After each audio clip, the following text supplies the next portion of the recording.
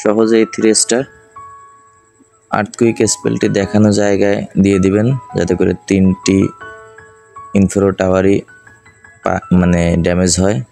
এরপরে grow up স্পেলটি mark করা জায়গায় দিয়ে দিবেন, যেখানে আমি দিছি।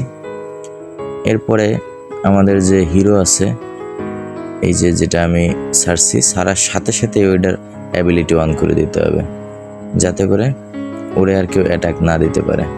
যাই হোক, অ্যাবিলিটি অন করার পর এরপরে এই যেখানে মার্ক করছি, এই মার্ক করা জায়গায় একটা এই যে বম্বার ওরে ছাড়তে হবে। তারপর 2টা ফ্রিজ গোলেম, কিং কুইন, আর যে 2টাকে ছাড়ছি এই 2টারে দিতে হবে, নাম জানি না, আমি মনে নাই।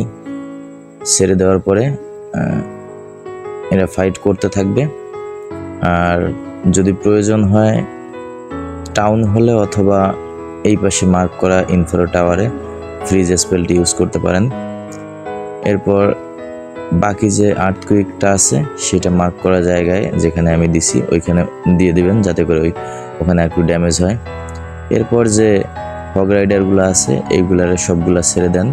হগ রাইডারগুলোর বাঁচায় রাখার জন্য এই হিলিং স্পেল, এই স্পেল প্রয়োজন মতো ব্যবহার করুন। যখন দেখবেন যে হগ রাইডারের একটু ড্যামেজ হচ্ছে তখন এটা ইউজ করলেন। একদম কর্নারে আরেকটা বম্বার ছেড়ে দিয়ে ওইখানে আপনার যে ইয়াগুলা আছে, যেগুলাতে ওই যে টাকা নেয়, কি জানি মনে নাই, নাম মনে নাই, যাই হোক।